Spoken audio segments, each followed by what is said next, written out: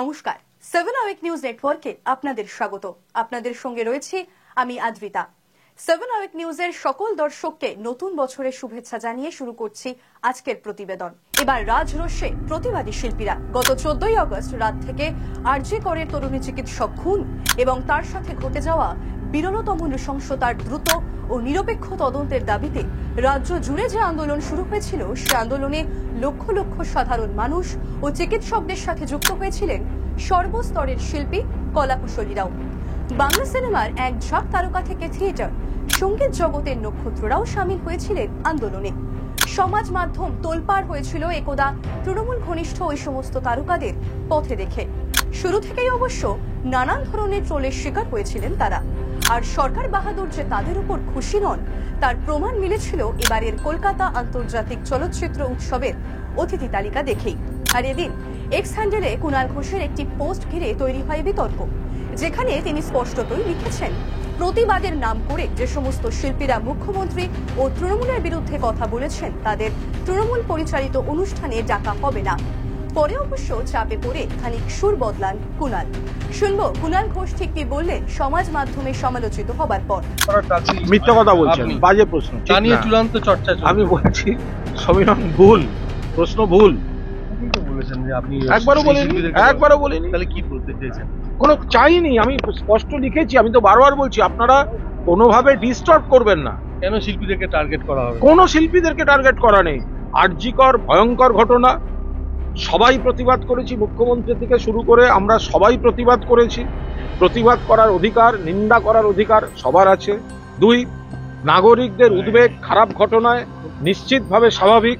নাগরিকরা মিছিল করতেই পারেন, সেখানে শিল্পীরা থাকতেই পারেন, সেখানে শিল্পীরা তাদের উদ্বেগ জানাতেই পারেন, কোনো বক্তব্য নেই। কিন্তু কয়েকজন শিল্পী যারা মুখ্যমন্ত্রী এবং দলের বিরুদ্ধে বাছাই, পরিকল্পিত, কুৎসিত বিশেষণ ব্যবহার করে মিথ্যা তথ্যের ভিত্তিতে, মিথ্যা খবরের ভিত্তিতে আপত্তিকরভাবে কখনো সরকার ফেলে দেওয়ার ডাক, কখনো অমুকের গালে গালে জুতো মারো তালে তালে, কখনো বাংলাদেশের মতো অমুক বাড়ির ছাদ থেকে হেলিকপ্টার দিয়ে বাইরে বার করে দেবো, যারা অসভ্যতা করেছে, আমরা শুধুমাত্র তাদের ক্ষেত্রে বলেছি যে তৃণমূল কংগ্রেসের যারা আয়োজক, তৃণমূল পরিবারের যদি কোনো অনুষ্ঠান থাকে, সেখানে যারা এই মুখ্যমন্ত্রী এবং দলের সমর্থক, দলের বিরুদ্ধে এই চূড়ান্ত কুৎসাগুলো করেছে, সেই কজনকে মঞ্চে ডাকা যাবে না। তো এর মধ্যে তো সব শিল্পীর কোনো বিষয় নেই। আমি তো বলছি এই যে শিল্পী সত্তাকে তো প্রত্যাখ্যান করা হলো। কার শিল্পী সত্তা? কিসের শিল্পী সত্তা? যখন সে চটি চাটা বলে তখন কোন শিল্পী? গানের শিল্পী যদি মুখে এসে বলে চটি চাটা, তার কিসের শিল্পী সত্তা? আমাদের পার্টির অনুষ্ঠানে কাদের ডাকবো সেটা আমরা ঠিক করব।